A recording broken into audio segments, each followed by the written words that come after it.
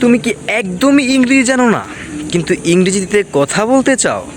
তাহলে এই ভিডিওটা তোমার জন্য। So hello everyone, welcome back to my channel. আজকের ভিডিওতে আমরা শিখব একজন মানুষ যদি একদমই ইংরেজি না জানে তাহলে সে কিভাবে স্টেপ বাই স্টেপ ইংলিশ বলা শুরু করবে, সেই টেকনিকগুলা। আপনারা যারা ইংরেজি জানেন না তাদের জন্য আজকে আমি এমন 8টি টিপস শেয়ার করব। যারা একদম বেসিক লেভেলে আছেন, ইংরেজি কিচ্ছু জানেন না, তারা যদি এই 8টি রুলস ফলো করে তাহলে তারা অবশ্যই ইংরেজিতে কথা বলতে পারবে। সো দেরি না করে ভিডিওটা শুরু করা যাক। So step number 1 is basic vocabulary, অর্থাৎ মৌলিক শব্দ। প্রথমেই একটা জিনিস বুঝতে হবে, ওয়ার্ড ছাড়া কখনো ল্যাঙ্গুয়েজ শেখা সম্ভব না।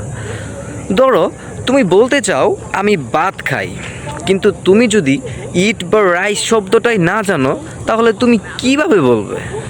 তাই শুরুতেই তোমাকে খুব বেসিক কিছু শব্দ শিখতে হবে। যেমন ধরো, আই মানে আমি, ইউ মানে তুমি, ইট মানে খাওয়া, ওয়ার্ক মানে কাজ করা, গো মানে যাওয়া। এই ধরনের বেসিক ওয়ার্ডগুলো তোমাকে অবশ্যই জানতে হবে, কিন্তু শুধু মুখস্থ না, প্রতিটি শব্দ দিয়ে নিজের মনের মতো করে ছোট ছোট সেন্টেন্স বানানোর চেষ্টা করবে। স্টেপ নাম্বার 2, সেন্টেন্স স্ট্রাকচার, অর্থাৎ বাক্যের গঠন। অনেকেই একটা বড় ভুল করে, বাংলা থেকে ডিরেক্ট ট্রান্সলেশন করতে চায়, কিন্তু ইংলিশের নিজস্ব একটা স্ট্রাকচার আছে। যেমন ধরো, ইংলিশের বেসিক ফর্মুলা হচ্ছে subject plus verb plus object. For example, I eat rice, I go to work. এখানে গুরুত্বপূর্ণ বিষয় হলো ইংলিশে ভার্ব সাধারণত সাবজেক্টের পরেই আসে। সেই জন্যে যখন তুমি বলবে আমি ভাত খাই, I rice eat, no, subject then verb then object, সেক্ষেত্রে তুমি বলবে আই ইট রাইস। এই সিম্পল স্ট্রাকচার ফলো করলেই তুমি 80% বেসিক কথা বলতে পারবে। Step number 3 is daily uses sentences, অর্থাৎ দৈনন্দিন যে বাক্যগুলো আমরা ব্যবহার করি। শুরুতেই কিছু গ্রামার দিয়ে শিখতে গেলে কঠিন লাগে, তাই স্মার্ট ওয়ে হলো কিছু রেডিমেড সেন্টেন্স শিখে ফেলো। যেমন how are you, I am fine, what are you doing, where are you going, that's enough. এই ধরনের বাক্যগুলো রিয়েল লাইফে বারবার ইউজ হয়। তুমি এগুলো যত বেশি প্র্যাকটিস করবা তত ন্যাচারাল লাগবে। Step number 4 is basic tense. Tense মানে তো সবাই জানি, রাইট? টেন্স মানে সময়। হ্যাঁ, তো তুমি যদি শুধু প্রেজেন্ট টেন্স জানো তাহলে তুমি শুধু বর্তমানের কথাই বলতে পারবে, কিন্তু রিয়েল কনভারসেশনে পাস্ট, প্রেজেন্ট এবং ফিউচার সব লাগে। যেমন ধরো, আই ইট রাইস, এটা present tense, right? I ate rice মানে আমি ভাত খেয়েছিলাম, this is past. I will ate rice, আমি ভাত খাবো, এটা হচ্ছে ফিউচার টেন্স।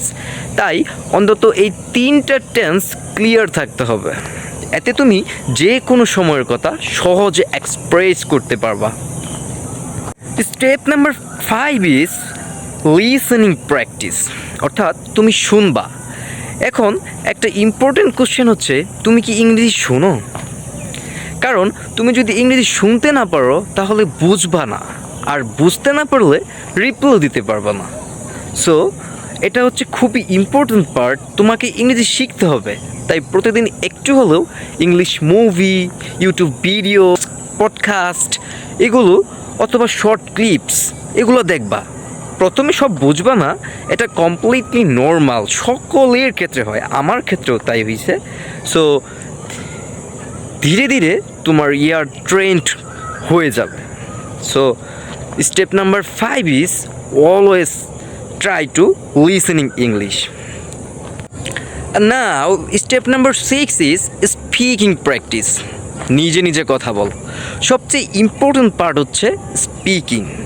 তুমি যতই গ্রামার জানো না কেন, তুমি যতই ভোকাবুলারি জানো না কেন, যদি প্র্যাকটিস না করো তাহলে তুমি এগুলো কখনোই ফ্লুয়েন্টলি কথা বলতে পারবে না। তাই প্রতিদিন প্র্যাকটিস করো, এমনকি একাই, আয়নার সামনে হোক, নিজের ক্যামেরার সামনে হোক, প্র্যাকটিস করো।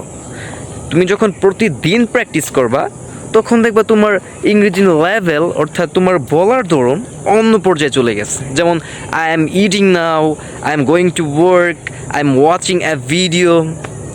নিজের ডেইলি লাইফের ইংরেজিতে কথা বলার চেষ্টা করো, তাহলে ব্যাপারটা আরও সহজ হয়ে যাবে।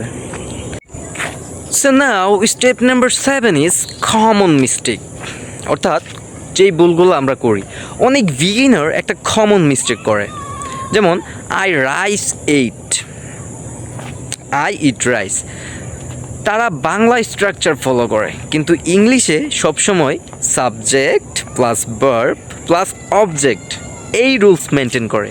So never translate word by word, okay? So the last step is confidence, that's means আত্মবিশ্বাস। সবচেয়ে ইম্পর্টেন্ট জিনিস হচ্ছে কনফিডেন্স। অনেকেই ভাবে আমি ভুল বলবো তাই বলবো না, কিন্তু এটা কমপ্লিটলি রং মাইন্ডসেট। ভুল করলেই শেখা যায়, ভুল না করলে কখনোই ইমপ্রুভ করা যায় না। So don't be afraid, just start speaking. So in this video summary is first, structure plus practice is equal fluent English. No, so if you don't know English, no problem. Start today, start smart, and one day you will speak English fluently. If you like this video, don't forget to like, comment, and subscribe my channel. See you in the next video.